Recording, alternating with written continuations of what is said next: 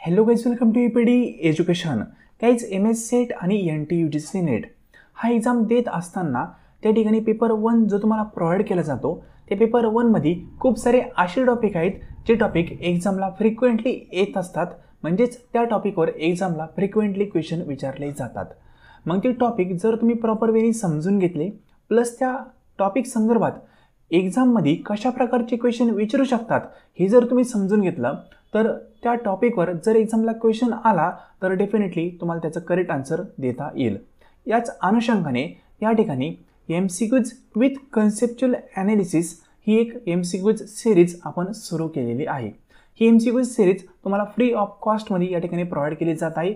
या ठिकाणी पेपर 1चे 10 जे युनिट आहेत, for example research aptitude, teaching aptitude, communication, अशा सर्व युनिटवर आपण महत्त्वाच्या टॉपिकवर क्वेश्चन पाहणार आहोत.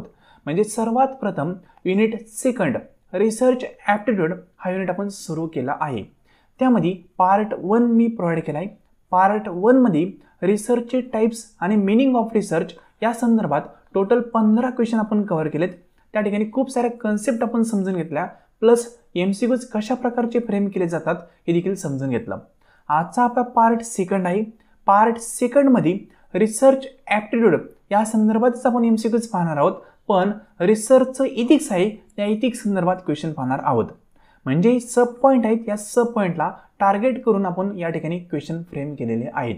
जेणेकरून जर एखाद्या पर्टिक्युलर टॉपिकवर एक्झामला क्वेश्चन आला तर तो क्वेश्चन कशा पद्धतीने येऊ शकतो हे तुम्हाला समजेल आणि तो टॉपिक काय आहे हे देखील तुम्हाला या ठिकाणी समजून जाईल. ठीक आहे, जसं की मागील पार्ट 1मध्ये टाईप्स ऑफ रिसर्च हा पॉईंट आपण बऱ्यापैकी कव्हर केला, कारण टाईप्स ऑफ रिसर्चवर एक्झामला क्वेश्चन येत असतात. तसंच रिसर्च इथिक्स या देखील टॉपिकवर एक्झामला क्वेश्चन येत असतात, म्हणून हा देखील टॉपिक आपण या ठिकाणी प्रॉपर वेने कव्हर करणार आहोत. तर फ्रेंड, आजचं लेसन पाहण्यापूर्वी पार्ट फर्स्ट जो मी ऑलरेडी प्रोव्हाइड केलेला आहे तो जर तुम्ही पाहिला नसेल तर आधी तो पहा, त्यानंतर आजचं लेसन पहा. कारण आजचं लेसन हे थोडंसं पुढच्या लेवलचं असणार आहे, कारण बेसिक कन्सेप्ट असतील रिसर्चच्या त्या मागील लेसनमध्ये कव्हर केल्यात. हे सर्व लेसन तुम्हाला एका सिरियलमध्ये पाहिजे असतील तर आपल्या PPD एज्युकेशन या चॅनलवर जा, त्या ठिकाणी प्लेलिस्टवर जा. प्लेलिस्टवर गेल्यानंतर ही MCQ सिरीज तुम्हाला त्या ठिकाणी पाहायला भेटू शकते, किंवा या व्हिडिओचा डिस्क्रिप्शन बॉक्स चेक करा, त्या ठिकाणी देखील याच्या लिंक तुम्हाला अवेलेबल करून दिलेले आहे. किंवा आपली टेलिग्राम चॅनल आहे आणि व्हॉट्सअप चॅनल आहे, ती तुम्ही जॉईन केली नसेल तर त्यालाही जॉईन करा. त्याही ठिकाणी तुम्हाला सर्व अपडेट नेट असेल किंवा सेट एक्झाम संदर्भात असतील ते प्रोव्हाइड केले जातात. आणि पेट एंट्रन्स तुम्ही देत असाल तर त्या संदर्भात देखील अपडेट त्या ठिकाणी प्रोव्हाइड केले जातात. टेलिग्राम चॅनलची लिंक तुम्हाला डिस्क्रिप्शन बॉक्समध्ये दिलेली आहे. ठीक आहे, तर ह्या ठिकाणी आपण कव्हर करत आहोत unit number actually second research aptitude या संदर्भात क्वेश्चन. काल आपण रिसर्चचे टाईप्स असतील, मिनिंग असेल या संदर्भात क्वेश्चन कव्हर केलेत. आज आपण त्या पुढचे क्वेश्चन, कारण पार्ट सेकंड आहे, यामध्ये कव्हर करणार आहोत. तर काल टोटल 15 क्वेश्चन आपण महत्त्वाचे कव्हर केले. आज आपण रिसर्च इथिक्स या संदर्भात क्वेश्चन पाहणार आहोत. आता हे क्वेश्चन पाहण्यापूर्वी बेसिक कन्सेप्ट काय आहे इथिक्सची ते प्रॉपर समजून घ्या. रिसर्च सोडून द्या, फक्त इथिक्स म्हणजे काय ते आधी समजून घ्या. इथिक्स म्हणजे काय? एखादी गोष्ट गुड किंवा बॅड हे डिफाईन करणारी कन्सेप्ट म्हणजे इथिक्स. तुम्ही एखादी ॲक्टिव्हिटी करताय, तुमचं बिहेवियर आहे, तुमची वर्तवणूक जी असेल, तुमचा ॲटिट्यूड असेल, त्यामार्फत एक तर तुम्ही निगेटिव्ह असाल किंवा पॉझिटिव्ह असाल, बरोबर. म्हणजे निगेटिव्हिटी किंवा पॉझिटिव्हिटी डिफाईन केली जाते आणि त्यानंतर ती गुड आहे का बॅड आहे हे डिफाईन केलं जातं अंडर दी इथिक्स. म्हणजे सिम्पल साधं, तुम्ही एखाद्याला खूप चांगली मदत वगैरे करताय तर तुम्ही चांगले पर्सन आहात, म्हणजेच इथिकल पर्सन आहात. तुम्ही एखाद्याला टाकून बोलताय, ठीक आहे, व्यवस्थित बोलत नाही आहे किंवा एखाद्याचा आदर करत नाही, रिस्पेक्ट करत नाही, त्याला रिस्पेक्ट करायला हवा असा व्यक्ती आपण रिस्पेक्ट करत नाही, तर त्या ठिकाणी तुम्ही अनइथिकल आहात असं कन्सिडर केलं जातं. म्हणजे युनिव्हर्सल पण इथिक आहे, पर्टिक्युलर पण इथिक आहे. जे तुम्ही वागताय ते पर्टिक्युलर इथिक तुमच्यावर डिपेंड आहे, सिम्पल. आणि युनिव्हर्सल इथिक म्हणजे काय? अशा काही गोष्टी ज्या युनिव्हर्सली डिफाईन केल्यात की ती गोष्ट जर तुम्ही केली तर तुम्ही अनइथिकल कन्सिडर केले जाणार, आणि जर ती गोष्ट तुम्ही केली नाही तर तुम्ही इथिकल कन्सिडर केले जाणार. कन्फ्युजन झालं असेल, एक्झाम्पल सांगतो, कन्सेप्ट क्लिअर होऊन जाईल. फॉर एक्झाम्पल, एखाद्याच्या कानाखाली मारणं. US जाऊन मारा, सिंगापूरला जा, किंवा इंडियामध्ये मारा किंवा पाकिस्तानमध्ये मारा. कानाखाली मारणं चांगलं आहे का वाईट आहे? कुठेही जा वाईटच आहे. युनिव्हर्सली ती कन्सेप्ट ॲप्लिकेबल इथिक्सची. म्हणजे तुम्ही कुठेही जाऊन ती ॲक्टिव्हिटी केली तर तुम्ही त्या ठिकाणी अनइथिकलच कन्सिडर केले जाणार आहात. सिंपल. आता थोडंसं सिच्युएशन चेंज करू. सिच्युएशन अशी आहे की त्याच्या म्हणजे ज्याला कानाखाली मारायचे ना किंवा ज्याच्या गालावर तुम्हाला मारायचे त्याच्या गालावर एक छोटासा मच्छर बसला होता आणि तो डेंग्यूचा मच्छर होता. एक्झाम्पल समजून घ्या. गालावर एखाद्याच्या मारणं अनइथिकली हे आपण पहिल्या कन्सेप्टमध्ये पाहिलं. आता थोडंसं पुढे गेलो. गालावर मच्छर बसला होता आणि तो मच्छर जर त्या व्यक्तीला चावला तर त्याला डेंग्यू होऊ शकतो किंवा एखादा दुसरा आजार होऊ शकतो आणि तो आजार गंभीर होऊ शकतो. त्या अनुषंगाने तो मच्छर मरावा म्हणून तुम्ही त्या व्यक्तीच्या कानाखाली मारली. आता तुम्ही कशी योग्य आहेत का अयोग्य? तुम्ही आता इथिकल आहात, योग्य आहात. म्हणजे इथिक्स हे सिच्युएशननुसार पण वेगळं असू शकतं. इथं सिच्युएशन वेगळी होती, इथं सिच्युएशन वेगळी आहे. Concept clear?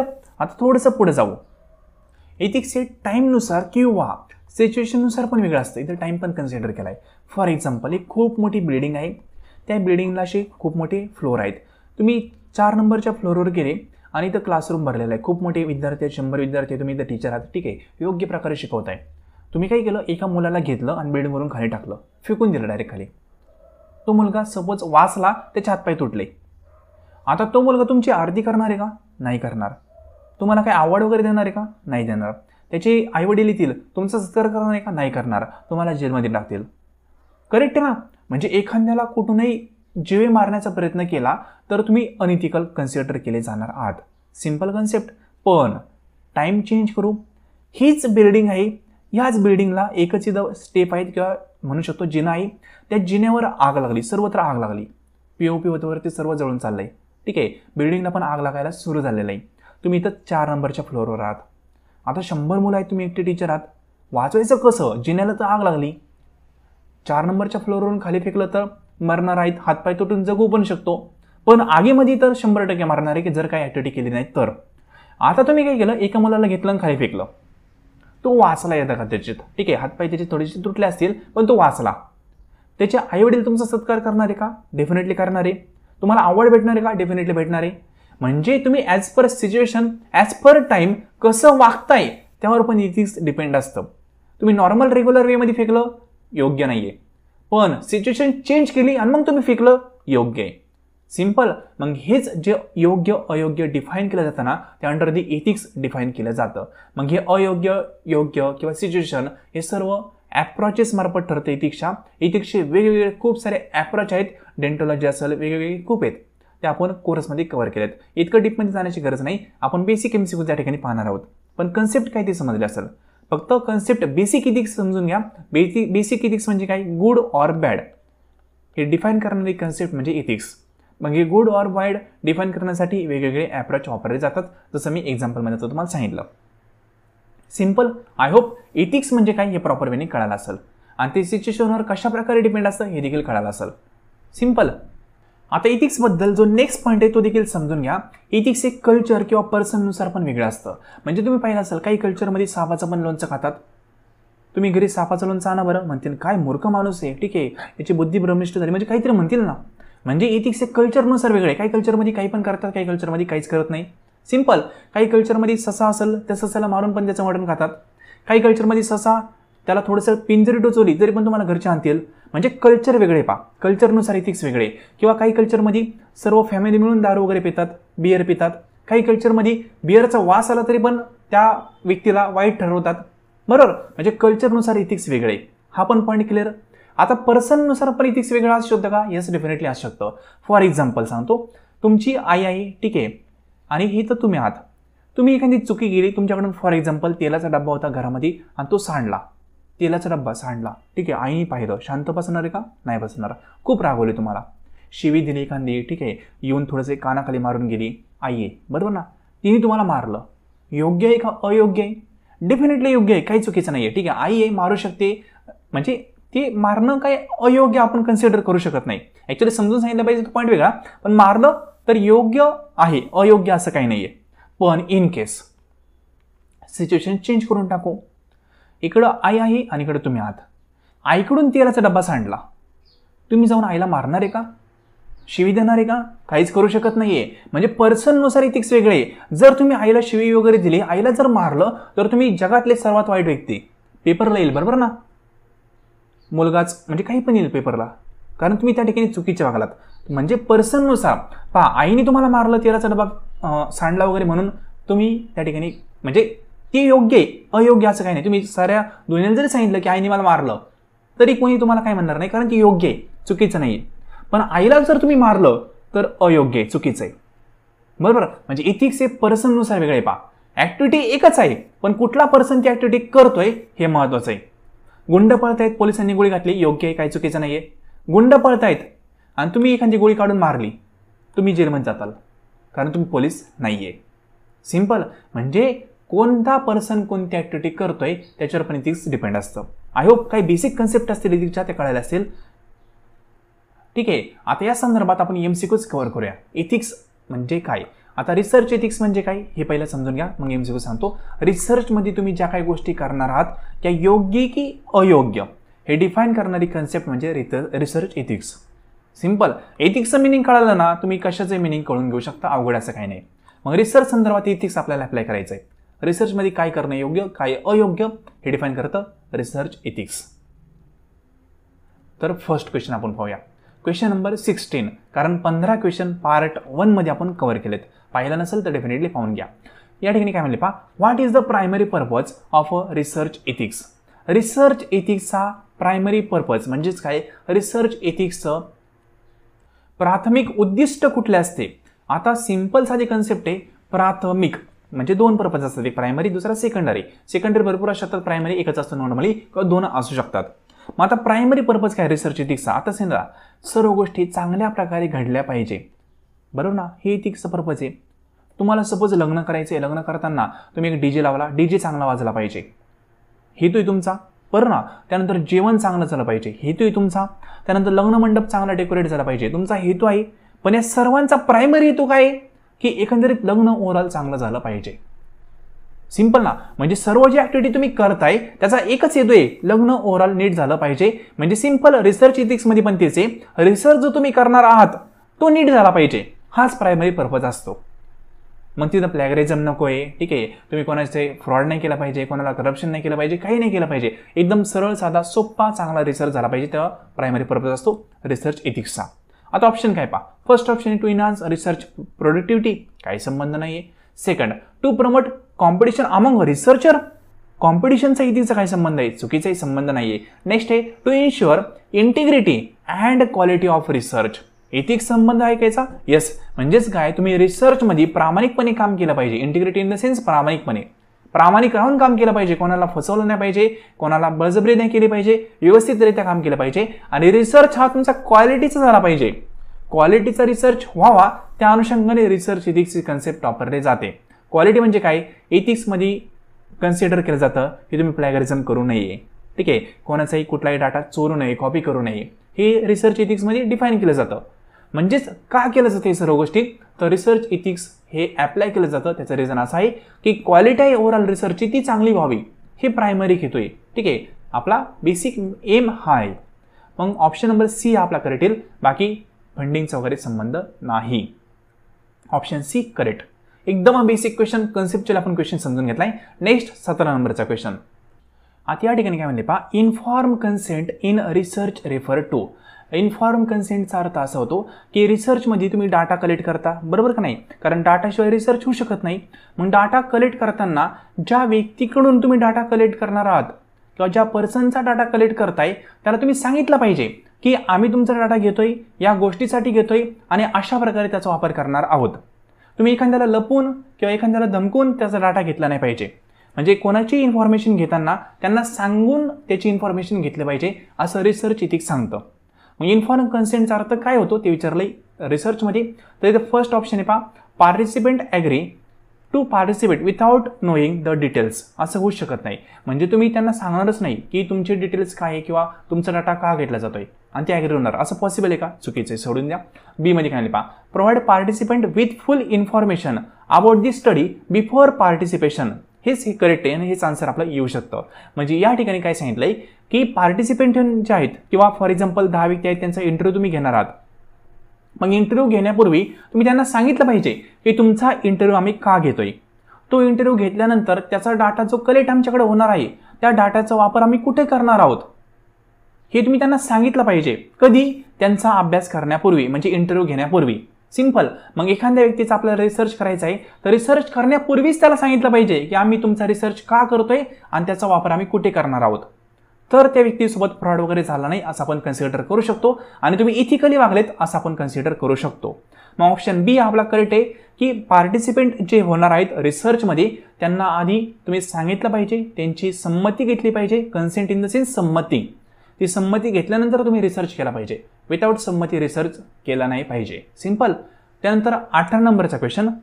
आता यामध्ये काय म्हणले पहा, what does the term beneficence in refer to in research ethics. म्हणजे रिसर्च एथिक्समध्ये बेनिफिशियन्स म्हणजे काय? बेनिफिशियन्सचा अर्थ असा होतो परोपकार किंवा एखाद्याला फायदा होणं. ठीक आहे, त्याला आपण बेनिफिशियन्स असं म्हणतो किंवा परोपकार आपल्या मराठी भाषेत. आता बेनिफिशियन्सचा अर्थ तुम्हाला कळाला. मग याच्यानुसार याची कन्सेप्ट काय होती ती सांगतो. याची कन्सेप्ट अशी आहे की तुम्ही जो डाटा कलेक्ट करताय त्या डाटाचा वापर तुम्ही करणार आहात, तुम्हाला फायदा होणार आहे, 100% होणार आहे. मग तुम्हाला जो फायदा होतोय त्याच्यामुळं दुसऱ्यांचं नुकसान नाही झालं पाहिजे. सिंपल. त्याला बेनिफिशियन्स असं म्हणतात. जसं तुम्ही इंटरव्ह्यू घेताय 10 व्यक्तींचा, ठीक आहे तुम्ही डाटा कलेक्ट करताय, करा, काही प्रॉब्लेम नाही आहे.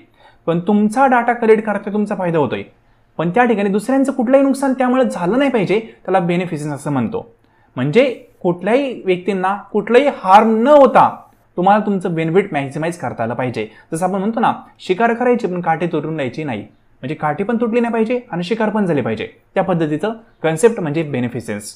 या ठिकाणी ऑप्शन फर्स्ट काय पहा, to obligation to minimize harm and maximize benefit. हीच कन्सेप्ट आहे बेनिफिशियन्स. म्हणजे या ठिकाणी आपल्याला कुठलाही हार्मफुल ॲक्टिव्हिटी करायची नाही दुसऱ्यांसाठी, पण मॅक्झिमाइज बेनिफिट झाला पाहिजे. जसं लाठी बी न तुटे और शिकार बी हात लगे. सिंपल अशी कन्सेप्ट. Option A. बाकीचे ऑप्शन वाचत नाही कारण तुम्ही व्हिडिओ स्टॉप करून पण वाचू शकता. कन्सेप्ट आपल्याला काय ती कळालेली. कन्सेप्टवर आपण सर्व MCQs कव्हर करतोय. नेक्स्ट 19 नंबरचा क्वेश्चन काय म्हणले पहा, which document outline the ethical guideline for conducting research involve human subject. म्हणजे माणसाशी निगडीत एखादा रिसर्च तुम्ही करणार असाल तर त्या संदर्भात काही गाईडलाईन प्रोव्हाइड केल्यात. कोणी प्रोव्हाइड केल्यात? इन्स्टिट्यूशनल रिव्ह्यू बोर्ड मार्फत प्रोव्हाइड केलेलं आहे. स्टॅटिक पोर्शन आहे, लक्षात ठेवा. इन्स्टिट्यूशनल रिव्ह्यू बोर्ड काय करतं, हे रिसर्च जे आपण करणार आहे कोणासंदर्भात? माणसांसंदर्भात.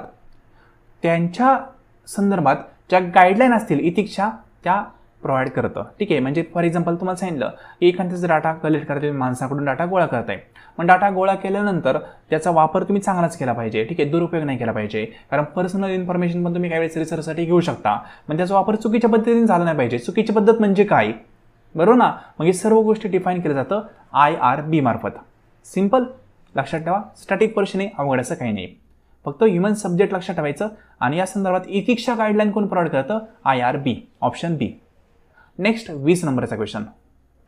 What is the primary role of an institutional review board. म्हणजे IRBचा प्रायमरी रोल कुठला आहे ते विचारलंय. आता बेसिक आहे बरं का, प्रायमरी रोल. तुम्हाला सेकंडरी वगैरे नाही, प्रायमरी रोल कुठला आहे विचारलाय. ऑप्शन फर्स्ट काय म्हणते पहा, to review and approve research involving human subject. आत्ताच आपण पाहिलं पहा, माणसांशी निगडीत जे सब्जेक्ट असतील त्यांच्या गाईडलाईन कोण प्रोव्हाइड करतं? IRB प्रोव्हाइड करतं. बरोबर ना. म्हणजे यांच्या गाईडलाईननुसार तुम्हाला माणसाशी निगडीत रिसर्च करायचे असतात. हे ठीक आहे, इथपर्यंत ठीक आहे. आता तुम्ही गाईडलाईन फॉलो केले का नाही हे यांना कसं कळणार? मग हे फॉलो केलंय का नाही हे कळण्यासाठी तुमचा रिसर्च असेल त्याला ते रिव्ह्यू करतात आणि अप्रूव्ह करतात. कधी? जर तुम्ही त्यांच्या गाईडलाईन फॉलो केल्या असतील तर. सिंपल. त्यांचा तो रोलच आहे. बेसिक कन्सेप्ट आहे, कन्सेप्टवर कन्सेप्ट डिपेंड आहे. ऑप्शन ए आपला या ठिकाणी करेक्ट येईल की ज्या गाईडलाईन यांनी प्रोव्हाइड केल्यात माणसांच्या निगडीत सब्जेक्टच्या रिसर्च संदर्भात, रिथिक्स संदर्भात, त्या तुम्ही फॉलो केले का नाही ते रिव्ह्यू करतात आणि त्यानंतर तुमचा रिसर्च असेल ते अप्रूव्ह करतात. फॉलो नसेल केली रिजेक्ट करतात. Simple concept. ऑप्शन ए हा आपला करेक्ट 20 नंबरच्या क्वेश्चनचा. त्यानंतर 21 नंबरचा क्वेश्चन.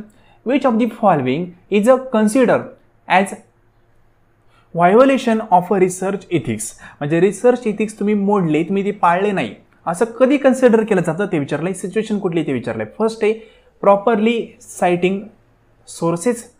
सोर्सेसला जर प्रॉपरली सायटिंग केलं, चांगलं केलं ना, वाईट काय ह्याच्यात? ठीक आहे, हे ती केले, काही प्रॉब्लेम नाही, सोडून द्या. सेकंड आहे keeping participant inform confidential. Correct आहे. म्हणजे पार्टिसिपेटची जी इन्फॉर्मेशन आहे, म्हणजे ज्यांची इंटरव्ह्यू तुम्ही घेतलेत आणि त्यांनी सांगितलं की आमचा डाटा तुम्ही डिस्क्लोज करू नका, आमची नाव वगैरे काही सांगू नका, तुम्ही रिसर्चसाठी ते वापर फक्त. म्हणजे तुमची जी इन्फॉर्मेशन घेतलेली पर्सनल ती तुम्ही कॉन्फिडेन्शियल ठेवली पाहिजे, कोणाला सांगितली नाही पाहिजे, ती तुमच्याकडेच राहिली पाहिजे. बरोबर. जसं एखादा जर कोर्स आपला जॉईन करतो, कोर्स जॉईन केल्यानंतर आम्ही त्यांची इन्फॉर्मेशन घेतो, मग ही इन्फॉर्मेशन आम्ही काही जगभर सांगायची का नाही, ती आमच्याकडे कॉन्फिडेन्शियल राहिली पाहिजे. कोणी जरी मागितली तरी आम्ही ती दिली नाही पाहिजे, त्याला आपण कॉन्फिडेन्शियलिटी म्हणतो. रिसर्चमध्ये ही महत्त्वाची असते कॉन्फिडेन्शियलिटी. तुम्ही जो डाटा कलेक्ट केलाय तो डाटा कोणाचा आहे, कसा आहे हे तुम्हाला बाकीच्यांना सांगायचं नसतं, कारण दुरुपयोग त्याचा होऊ शकतो. सिंपल. मग हे पण करेक्ट आहे. या ठिकाणी पण तुम्ही इथिकल वागलेत. इथं काय म्हणले, व्हायोलेशन, म्हणजे तुम्ही इथिक्स कुठं मोडले असं विचारलं. इथं कुठं मोडले, करेक्ट आहे, काय चुकीचं नाही. ऑप्शन सी काय बा, ऑब्टेनिंग इन्फॉर्म कन्सेंट, हे पण करेक्ट आहे. तुम्ही इन्फॉर्मेशन घेणार आहात, याची परमिशन समोरच्याकडून घेणं योग्य आहे ना, चांगलंच आहे, हे पण करेक्ट आहे, इथिकल आहे. आता पुढचे का, फॅब्रिकेटिंग डाटा, डुप्लिकेट डाटा तयार करणं. अरे इथिक्स तोडलं तुम्ही, ठीक आहे, डुप्लिकेट डाटा नाही केला पाहिजे, तुम्ही तुमचा क्रिएट केला पाहिजे किंवा परमिशन घेऊन वापरला पाहिजे, हे चुकीचं आहे. आणि विचारलंय तुम्ही इथिक्स कधी मोडता, तर फॅब्रिकेटिंग डाटा म्हणजे तुम्ही जर डाटा डुप्लिकेट केला, तोडला एखाद्याचा डाटा आणि चुकीच्या पद्धतीने तो वापरला तर ती अनइथिकल होऊन जातं. ऑप्शन डी हा आपला करेक्ट आहे. Next 22 number. या ठिकाणी काय पहा, the Belmont report is significant because it outline. हा जो रिपोर्ट आलता हा कशासाठी आलता किंवा हा रिपोर्ट कुठल्या सब्जेक्टशी निगडीत होता ते लक्षात ठेवा. Static portion. ऑप्शन फर्स्ट काय म्हणतो, हिस्ट्रीशी काय निगडीत नव्हता. नंतर ऑप्शन बी काय, guideline for conducting ethical research involving human subject, यासाठीच होता.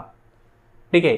म्हणजे या रिपोर्टचं काम होतं की तुम्ही माणसांसंदर्भात जो रिसर्च करणार आहात त्याचे इथिकल गाईडलाईन प्रोव्हाइड करण्यासाठी हा रिपोर्ट प्रोव्हाइड केला IBR मार्फत, सॉरी इन्स्टिट्यूशनल रिव्ह्यू बोर्ड म्हणजे IRB मार्फत. ठीक आहे. हे रिपोर्ट पब्लिश केली आणि याच्यामार्फत गाईडलाईन पब्लिश केलं हे लक्षात ठेवा. स्टॅटिक पोर्शन आहे, फक्त लक्षात ठेवायचं इन्स्टिट्यूशनल रिव्ह्यू बोर्ड. ठीक आहे. यामध्ये बेलमॉन्ट जो रिपोर्ट होता तो ह्युमन सब्जेक्ट संदर्भात जे रिसर्च आहेत त्यांच्या इथिकल गाईडलाईन प्रोव्हाइड करण्यासाठी होता. बेसिक आहे, जास्त काय अवघड नाही आहे. नेक्स्ट आहे 23 नंबरचा question, confidentiality in research refer to. रिसर्चमध्ये कॉन्फिडेन्शियलिटी म्हणजेच काय म्हणू शकतो की गुप्त ठेवणं. ठीक आहे, दुसऱ्यांना न सांगणं. त्याचा अर्थ काय होतो, रिसर्चमध्ये कॉन्फिडेन्शियलिटी हवी का, डेफिनेटली हवी. कारण त्या ठिकाणी जर तुम्ही कॉन्फिडेन्शियलिटी बाळली नाही तर रिसर्च तुमचा प्रॉपर होणारच नाही. ठीक आहे. मग कॉन्फिडेन्शियलिटी रिसर्चमध्ये हवी का नको, येस हवी. क्रेडिबिलिटी हा पण शब्द तुम्ही ऐकला असेल, क्रेडिबिलिटी हवी का, येस हे पण आहे. म्हणजे तुम्ही ज्यांचा डाटा वापरलाय त्यांना क्रेडिट दिलं पाहिजे, त्याला आपण क्रेडिटेबिलिटी किंवा क्रेडिबिलिटी असं म्हणतो. आणि कॉन्फिडेन्शियलिटी म्हणजे काय, तुम्ही ज्यांचा डाटा कलेक्ट केलाय तो डाटा कलेक्ट करताना त्या समोरच्या व्यक्तीने जर तुम्हाला सांगितलं असेल की माझा डाटा कलेक्ट करतोय पण दुसऱ्यांना काय सांगू नको, तुझ्याकडेच ठेव, तर तुम्ही तो तुमच्याकडेच ठेवला पाहिजे, दुसऱ्यांना सांगितलं पाहिजे. म्हणजेच तुमच्यामध्ये काही ती कॉन्फिडन्स आहे. ठीक आहे, कॉन्फिडेन्शियलिटी आहे, एक गुप्त गोष्ट आहे. सिंपल. याचा अर्थ काय होतो रिसर्चमध्ये ते विचारलंय. तर ऑप्शन फर्स्ट एकदा पाहूया, to obligation to keep participant information private. आत्ता सांगितलं पहा, पार्टिसिपेंटची जी इन्फॉर्मेशन आहे ती प्रायव्हेट ठेवायची, तुम्हाला पब्लिश नाही करून टाकायची सर्वत्र. आमच्याकडे डाटा आहे, हे का ठीक आहे. म्हणजे फॉर एक्झाम्पल रिसर्च करताय मुलींसंदर्भात आणि मुलींचे नंबर घेतले आणि दिले पोस्ट करून सर्वत्र, तर तुम्हाला पोलिस पकडून येतील, तुम्हाला अनइथिकल पण कन्सिडर करतील.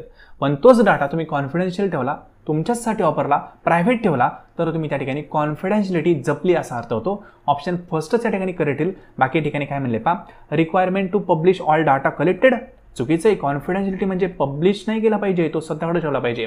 प्रोसेस पेअर रिव्ह्यूइंग रिसर्च काय संबंध नाही. शेअर नाही करायचा. कॉन्फिडेन्शियलिटी म्हणजे काय, तुमच्यामध्येच ते कॉन्फिडेन्शियल पाहिजे, तुम्ही दुसऱ्यांना सांगितलं नाही पाहिजे. सिंपल. मग पार्टिसिपेट जे झालेत रिसर्चमध्ये म्हणजे ज्यांचा डाटा तुम्ही कलेक्ट केलाय तो डाटा तुम्ही प्रायव्हेट ठेवला पाहिजे, बाकीच्यांना सांगितलं नाही पाहिजे. असं ऑब्लिगेशन जास्त, त्याला आपण कॉन्फिडेन्शियलिटी असं म्हणतो. हे ऑब्लिगेशन तुम्ही तोडलं म्हणजेच प्रॉमिस जर तोडलं तर तुम्ही अनइथिकल कन्सिडर झाले. सिंपल. Option first correct. त्यानंतर 24 नंबरचा question, what does plagiarism in research refer. रिसर्चमध्ये प्लॅगरिझम म्हणजे काय, तर याचा मराठी अर्थ आपण काढला, त्याला वाङ्मय चोर असं म्हणतात. म्हणजे एखाद्याचा डाटा विथआउट त्याला अक्नॉलेजमेंट देऊन आपण वापरतो. म्हणजे एखाद्याची परमिशन न घेता, त्याला न सांगता किंवा त्याला क्रेडिट न देता त्यावेळेस आपण एखाद्याचा डाटा वापरतो, त्याला प्लॅगरिझम केला असं म्हणतो. सिंपल कन्सेप्ट आहे, अवघड असं काही नाही. याच्यावर एक्झामला खूप वेळा क्वेश्चन आलेला आहे. जर तुम्ही एखाद्याचा डाटा वापरत आहे, त्याला काहीच त्याचं क्रेडिट वगैरे दिलं नाही, साधे एक्झाम्पल, हा व्हिडिओ मी अपलोड करतोय यूट्यूबवर, बरोबर, तुम्ही हा व्हिडिओ डाउनलोडिंग करू शकता, काही प्रॉब्लेम नाही. समज केला डाउनलोडिंग आणि तुम्ही तो तुमच्या चॅनलवर अपडेट केला, तर यूट्यूबमध्ये इथिकल एक कन्सेप्ट आहे, त्यामध्ये तुम्हाला मी तो डाटा डिलीट करायला लावू शकतो, तुमच्यावर कारवाई करू शकतो, बरोबर. म्हणजे जर तुम्ही एखादाच डाटा विथआउट ॲक्नॉलेजमेंट देता वापरला तर तुम्ही प्लॅगरिझम केलं, म्हणजे वाङ्मय चोर केलं किंवा वाङ्मय चोरलं असा अर्थ होतो. सिंपल. ऑप्शन फर्स्ट मध्ये पहा, repeating once on previous work, हे चुकीचं आहे, याचा काही संबंध नाही. नंतर प्रेझेंटिंग फॉल्स रिझल्ट, हे पण चुकीचं आहे, याचा काही संबंध नाही. म्हणजे प्लॅगरिझम आपल्याला कळायचं आहे, प्लॅगरिझमला प्रॉपरली एक्सप्लेन करत नाहीये. नंतर काय बा, इथं डुप्लिकेट होईल, बरोबर ना. म्हणजे एखाद्याचा डाटा तुम्ही डुप्लिकेट म्हणजे प्रिव्हियस जो वर्क झालं आहे पुन्हा तेच वापरलं तर डुप्लिकेट आलं, ते डुप्लिकेटिंग म्हणते, ठीक आहे. प्रेझेंटेशन चुकीचं केलं तर फॉल्सिफिकेशन आलं, प्लॅगरिझम नाही आलं. हे पहिलं डुप्लिकेटचं आहे, हे फॉल्सिफिकेशनचं आहे.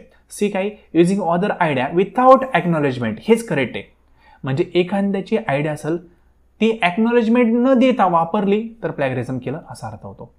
सिंपल, एकदम सोपे क्वेश्चन, अवघड असं काहीच नाही आहे. प्रॉपर वेने फक्त समजून घ्यायचं. एक्झाम पण इतकाच सोपा असतो, अवघड नसतं. माइंड शांत ठेवून कन्सेप्च्युअली तुम्हाला फक्त वर्क करणं गरजेचं असतं. तर ऑप्शन नंबर सी करेक्ट आहे. 25 नंबरचा क्वेश्चन. आता या ठिकाणी काय म्हणले पहा, what does debriefing involve in research. Debriefing म्हणजे काय, एक ब्रीफच मध्ये सांगायचं पण थोडंसं डीपमध्ये सांगायचं, त्याला डीप ब्रीफिंग असं म्हणतात, ठीक आहे. ब्रीफिंग म्हणजे काय थोडक्यात, आणि डीप ब्रीफिंग म्हणजे काय थोडंसं आणखी डीपमध्ये सांगायचं. पण डीप ब्रीफिंग हा कन्सेप्ट कधी वापरतात, म्हणजे तुम्ही काय केलं, पिक्चरला गेले, पिक्चरला कशाच्या बेसवर गेले, ट्रेलर पाहून गेले, ट्रेलर आवडला म्हणून पिक्चरला गेले, बरोबर ना. आणि पिक्चरला गेल्यानंतर तुम्हाला पूर्ण पिक्चर कसा आहे तो कळाला, त्याला डीप ब्रीफिंग असं म्हणतात. म्हणजे ट्रेलर पाहिला त्याला ब्रीफिंग, ठीक आहे. ब्रीफ म्हणजे तुम्ही फक्त त्याचं थोडक्यामध्ये माहिती पाहिली, बरं ना. ट्रेलर म्हणजे पिक्चरचा. आणि पिक्चरच्या थिएटरमध्ये गेले, थिएटरमध्ये गेल्यानंतर पूर्ण पिक्चर कसा आहे ते पाहिलं, ते म्हणजे डीप ब्रीफिंग. सिंपल. म्हणजे ज्यावेळेस जे पार्टिसिपेंट आहेत ते आपल्यामध्ये पार्टिसिपेट झालेले नसतात, पण त्यांनी पार्टिसिपेट व्हावं म्हणून आपला रिसर्च कसा करणार आहोत, कशा पद्धतीने असेल याबद्दल इन शॉर्टमध्ये इन्फॉर्मेशन आपण त्यांना प्रोव्हाइड करतो, त्याला ब्रीफिंग असं म्हणतात. सिंपल ब्रीफ, ठीक आहे. ब्रीफ शब्द ऐकलं ना तर त्याला ब्रीफिंग म्हणतात. म्हणजे त्यांनी आपल्यामध्ये यावं म्हणून. आपला सब्जेक्ट काय, त्याचं नेचर कसं आहे ते थोडक्यात आपण सांगतो. आणि डीब्रीफिंग म्हणजे काय, ते आपल्या सब्जेक्टमध्ये किंवा आपल्या पार्टिसिपेशन त्यांनी केलं आपल्या रिसर्चमध्ये, मग त्यानंतर ॲक्च्युली आपला रिसर्च कसा आहे प्रॉपर वेने एक्सप्लेन करतो, त्याला डीब्रीफिंग असं म्हणतात, ठीक आहे ना. आता कन्सेप्ट काय ते तुम्हाला कळाली पहा. म्हणजे पिक्चरचं उदाहरण लक्षात ठेवू शकता. ट्रेलर पाहिला, ट्रेलरमध्ये अख्खा पिक्चर आहे का, नाही, थोडासाच दिसतो ना. पण पिक्चर कसा असू शकतो, कुठल्या टॉपिकवर आहे, नेमकं काय आहे, थोडंफार आयडिया येते आपल्याला. मग आपण काय करतो, त्यामध्ये इन्व्हॉल्व होऊन जातो. पिक्चर पूर्ण पाहण्यासाठी आपण थिएटरमध्ये जातो. हे थोडं पाहिलं थोडं एकदम, त्याला ब्रीफ म्हणतात. आणि डीब्रीफिंग म्हणजे काय, त्यामध्ये तुम्ही इन्व्हॉल्व झाले, पिक्चर पाहायला गेले आत, थिएटरमध्ये इन्व्हॉल्व झाले आणि पूर्ण समजून घेतला पिक्चर कसा आहे, त्याला डीब्रीफिंग असं म्हणतात. सिंपल. म्हणजे कन्सेप्ट तुम्हाला एक एक्झाम्पल मार्फत सांगितली, एक्झाम्पल कळलं कन्सेप्ट कळून जाईल. सिंपल. आता इथं काय म्हणले पहा, जे ऑप्शन सी ना डायरेक्टली ते वाचवून दाखवतो, कारण करेक्ट कन्सेप्टच तुम्हाला कळलेली आहे. Informing participant about the true nature of the study after their participation, ठीक आहे. म्हणजे जे पार्टिसिपेशन केलेलं आहे, ठीक आहे, बिफोर नाही आफ्टर, म्हणजे ज्यांनी पार्टिसिपेशन केलं आहे आपल्या रिसर्चमध्ये त्यांना ट्रू नेचर, ॲक्च्युली आपला रिसर्च कशा पद्धतीने होणार आहे ते प्रॉपर वेने त्यांना सांगतो, इन्फॉर्मेशन देतो, त्याला डीब्रीफिंग असं म्हणतात. सिंपल. त्यांनी पार्टिसिपेशन केलं, कशाच्या बेसवर केलं, त्यांना तुम्ही ब्रीफ माहिती दिली ती म्हणून केलं. आणि पार्टिसिपेट केल्यानंतर तुम्ही त्यांना प्रॉपर माहिती देणार, त्याला डीब्रीफिंग असं म्हणतो. आय होप कन्सेप्ट काय ती कळायला असेल, जास्त काय अवघड नाही आहे. ऑप्शन सी आपला करेक्ट आहे. नेक्स्ट 26 नंबर. आता या ठिकाणी काय म्हणले पहा, which of the following is a key element of inform consent. Inform कन्सेंटचे की एलिमेंट कुठले ते विचारलं आहे. सिंपल. आता या ठिकाणी सर्वच असणारे का नाही, एकच असणारे, 3 तर 100% नाही आहेत. आणि 3 100% नाही म्हणजे त्या ठिकाणी अनइथिकल तुम्ही वागणारे, एकच इथिकल पॉईंट असणार आहे. कारण इन्फॉर्मेशन कन्सेंटचा की एलिमेंट विचारला आहे त्यांनी. इन्फॉर्मेशन कन्सेंट म्हणजे काय, दुसऱ्यांना प्रॉपर वेनी माहिती देणं आणि त्यानंतर त्यांची इन्फॉर्मेशन घेणं, कुठलाही फ्रॉड वगैरे न करणं, त्याला इन्फॉर्मेशन कन्सेंट म्हणतात किंवा इन्फॉर्म कन्सेंट म्हणतात, ठीक आहे. त्यांची परवानगी घेणं थोडक्यात. तर की एलिमेंट कुठला आहे, कोहेरन्स. कोहेरन्स म्हणजे काय, जबरदस्ती करणं. इन्फॉर्म कन्सेंटमध्ये इन्फॉर्मेशन द्यायची का जबरदस्ती करायची, चुकीचा आहे, निगेटिव्ह पॉईंट सोडून द्या, ठीक आहे. नेक्स्ट आहे व्हॉलेंटरीनेस. व्हॉलेंटरीनेस म्हणजेच काय, पूर्णपणे स्वइच्छिक, स्वतःची इच्छा आहे त्या पद्धतीने तुम्ही तो डाटा वापरणार, किंवा रिसर्चर म्हणण्यापेक्षा जो पार्टिसिपेंट आहे त्याच्यानुसार तुम्ही त्या गोष्टी करणार, स्वइच्छिक, पॉझिटिव्ह आहे कन्सेप्ट. नंतर डिसेप्शन्स म्हणजे काय, या ठिकाणी तुम्ही एखाद्याची फसवणूक वगैरे करून डाटा वापरणार, निगेटिव्ह कन्सेप्ट आहे. ॲम्बिग्युटी म्हणजे काय, अस्पष्टता, तुम्ही स्पष्टपणे काही सांगणारच नाही आहे, निगेटिव्ह कन्सेप्ट आहे. या ठिकाणी एकच कन्सेप्ट पॉझिटिव्ह पहा, कोहेरन्स निगेटिव्ह आहे, डिसेप्शन निगेटिव्ह आहे, ॲम्बिग्युटी निगेटिव्ह आहे, तीनही कन्सेप्ट निगेटिव्ह आहे, एकच पॉझिटिव्ह काय, व्हॉलंटरीनेस. ऐच्छिक असेल तर डाटा घेणार, बळच डाटा घेणार नाहीये. समोरच्याला डाटा देतो का विचारणार, तो म्हणला नाही देतो, मला काही प्रॉब्लेम नाही, तर व्हॉलंटरीनेस आहे, तो इच्छेने देतोय, बळजबरी केलेली नाहीये, त्याला आपण इन्फॉर्मेशन कन्सेंट म्हणतात किंवा इन्फॉर्म कन्सेंट म्हणतात. सिंपल. मग ऑप्शन बी आपला करेक्ट आहे. की एलिमेंट त्याचा हाच आहे की व्हॉलंटरीनेस, म्हणजे त्याच्या इच्छेने त्याने डाटा दिलेला आहे, आपण त्याला बळजबरी केलेली नाहीये, त्याला आपण धमकवलेलं नाहीये किंवा त्याची फसवणूक केलेली नाहीये किंवा त्याला आपण अस्पष्ट इन्फॉर्मेशन पण दिलेली नाहीये. चांगलं क्लिअर त्याला नॉलेज दिलंय आपला रिसर्च कसा असणार आहे आणि त्याच्यानुसार त्यांनी त्याच्या मताने त्याच्या वेने त्या ठिकाणी डाटा दिलाय, तर आपण व्हॉलंटरीनेस म्हणतो. आय होप कन्सेप्ट काय ते कळायला असेल. या ठिकाणी आपण कन्सेप्टवर फोकस करतोय, कारण एमसीक्यूज पार्ट नाही करायचे, कन्सेप्ट समजून घ्यायच्यात. आता या ठिकाणी काय म्हणले 27 नंबरच्या क्वेश्चनमध्ये, what does the term double blind study means, म्हणजे डबल ब्लाइंड स्टडीचा अर्थ काय होतो ते विचारलाय. सिंपल. डबल ब्लाइंड म्हणजे काय, दुसरा पण आंधळा असणार आहे आणि पहिला पण आंधळा असणार आहे, म्हणजे जो रिसर्च करतोय तो पण आंधळा आणि ज्याचा रिसर्च करायचा आहे तो पण आंधळा. सिंपल, असं लक्षात ठेवा. बेसिक कन्सेप्ट अशी शब्दशः अर्थ आहे त्याचा, वेगळा काय नाहीये. पण आंधळा म्हणजे शब्दशः पूर्णच अर्थ घ्यायचा नाही. आंधळा इन द सेन्स काय, अवेअरनेस त्यामध्ये नाहीये, डोळे त्यांना आहेत पण अवेअरनेस नाहीये. आपण जे करतोय त्याचा वापर पुढे होणार आहे किंवा त्यामार्फत आपल्याला काय आउटपुट भेटणार आहे याबद्दल त्यांना प्रॉपर कळत नाहीये, ते अनअवेअर आहे, त्याला ब्लाइंड म्हणतात. ठीक आहे. ब्लाइंड म्हणजे शब्दशः म्हणजे पूर्ण शब्दशः आंधळा असं नाही, आंधळा इन द सेन्स ते अवेअर नाहीये, त्यांना कळणार नाहीये किंवा कळत नाही आपण काय करतोय. सिंपल. मग डबल ब्लाइंड म्हणजे काय, रिसर्चर म्हणजे रिसर्च करणारा व्यक्ती आणि पार्टिसिपेंट या दोघांनाही त्यांच्या ट्रीटमेंटबद्दल, असाइनमेंटबद्दल अवेअरनेस नाहीये, पुढे काय होणार त्यांना माहीत नाहीये, त्याला ब्लाइंड म्हणतात. सिंपल. तर ऑप्शन फर्स्ट काय म्हणते पहा, participant known their treatment but researcher do not. म्हणजे या ठिकाणी पार्टिसिपेंट आहेत ना त्यांना माहिती आहे ट्रीटमेंटबद्दल, पण रिसर्चर जो आहे त्याला माहीत नाहीये, मग हा सिंगल ब्लाइंड आहे, डबल नाही. ठीक आहे. एकाला माहिती एकाला नाही, सिंगल ब्लाइंड. इथं डबल ब्लाइंडचं विचारलंय.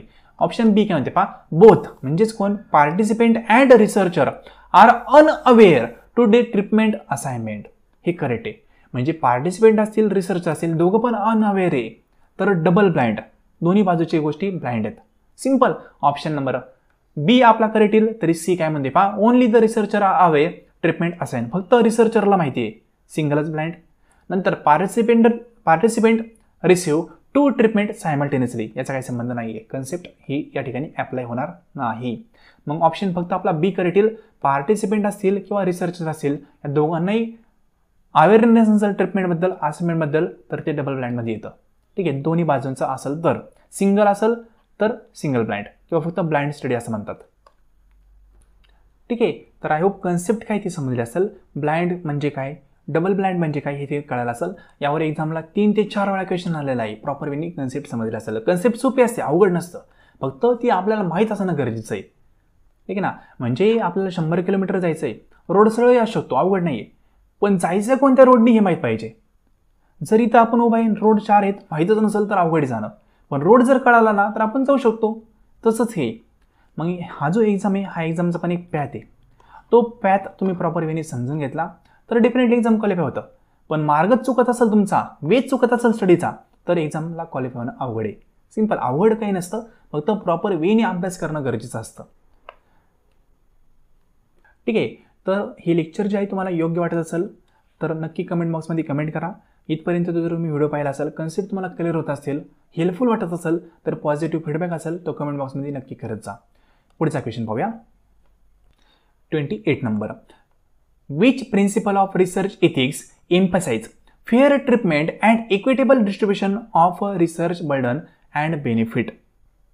आता परत रिसर्च एथिक्स म्हणजे काय, प्रिन्सिपल. मग प्रिन्सिपल म्हणलं तर एकच आहे का, नाही, खूप सारे प्रिन्सिपल आहे. त्यातला एक प्रिन्सिपल आहे तो म्हणजे जस्टिस. ठीक आहे. मग जस्टिस हा प्रिन्सिपल काय सांगतो, जे पण तुम्ही करणार आहात, जी पण ट्रीटमेंट तुम्ही रिसर्चमध्ये करणार आहात ती फेअर ट्रीटमेंट असायला हवी. फेअर ट्रीटमेंट म्हणजे काय, तर फेअर ट्रीटमेंट म्हणजे अशी ट्रीटमेंट ज्या ठिकाणी रिसोर्सेस तुमच्या असतील किंवा जे बर्डन असेल, बर्डन इन द सेन्स रिसर्चचे कामकाज असेल किंवा त्याचे बेनिफिट असतील, ते तुम्ही इक्विटेबल वेनी सर्वांना वाटले पाहिजे, सर्वांना इक्विटेबल वेने अलोकेट केले पाहिजे. हा रिसर्चचा जस्टिसचा प्रिन्सिपल आहे. मग त्याचे बेनिफिट असतील ते पण इक्वलीच दिले पाहिजे, त्याचे बर्डन असेल ते पण इक्वलीच घेतलं पाहिजे. त्याला आपण जस्टिस म्हणतो. नाही तर 100 रुपये एखाद्याला पाहिजे असेल तर त्याला 100 द्यायचे आणि लॉस असेल तर फक्त 10 घ्यायचा, असं नाही. 100 रुपये घेतो ना, लॉस पण 100चा तो सहन करायची कॅपॅसिटी ठेवायची, नाही तर मग 10च घ्यायची. सिंपल. म्हणजे जेवढं तुम्ही प्रॉफिट घेताय किंवा जेवढं बेनिफिट घेताय तेवढंच लॉस पण तुम्ही सहन केला पाहिजे. त्याला फेअर ट्रीटमेंट असं म्हणतात. मग रिसर्चचा प्रिन्सिपल आहे कशाच्या अंडर आहे? जस्टिस अंडर आहे. ऑप्शन सी दिलेलाचा जस्टिस. ठीक आहे. मग या ठिकाणी फेअर ट्रीटमेंटबद्दल त्यांनी बोललेलं आहे. ऑटोनॉमीचा काही संबंध येत नाही, बेनिफिशियन्सीचा संबंध येत नाही, कॉन्फिडेन्शियलिटी काय आहे ते तुम्हाला एक्सप्लेन केलेलं आहे. फक्त जस्टिस म्हणजे fair treatment, equitable resources allocation झालं पाहिजे. 29 नंबरचा क्वेश्चन म्हणजेच आजच्या सिरीजचा second last question. Which of the following is an essential concern when conducting qualitative research. Qualitative रिसर्चमध्ये इथिक्सचा संबंध कुठे येतो, कशा पद्धतीचा असतो ते विचारलं आहे. पहिली गोष्ट काय? क्वालिटेटिव्ह. क्वालिटेटिव्ह म्हणलं तर न्यूमेरिकलमध्ये फिगर असणार आहे का? नाही. नंबरमध्ये फिगर नसणार आहे, ऑर्डरमध्ये असणार आहे, रँकमध्ये असणार आहे. सिंपल. ही तर कन्सेप्ट माहिती आहे आपल्याला, टाइप्स ऑफ रिसर्चमध्ये आपण कव्हर केलेलं आहे कोर्समध्ये आपल्या, बरोबर ना. मग आता क्वालिटेटिव्ह रिसर्चमध्ये इथिक्सचा संबंध कसा येतो? फर्स्ट ऑप्शन आहे the validity of quantitative measure. क्वांटिटेटिव्हचा संबंधच नाही, क्वालिटेटिव्ह म्हणल्यावर फक्त क्वालिटेटिव्हच वापरणार.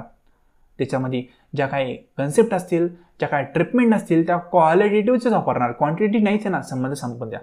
पुढे द जनरलायझेशन ऑफ फाइंडिंग्स, नाही, याचा पण संबंध नाही.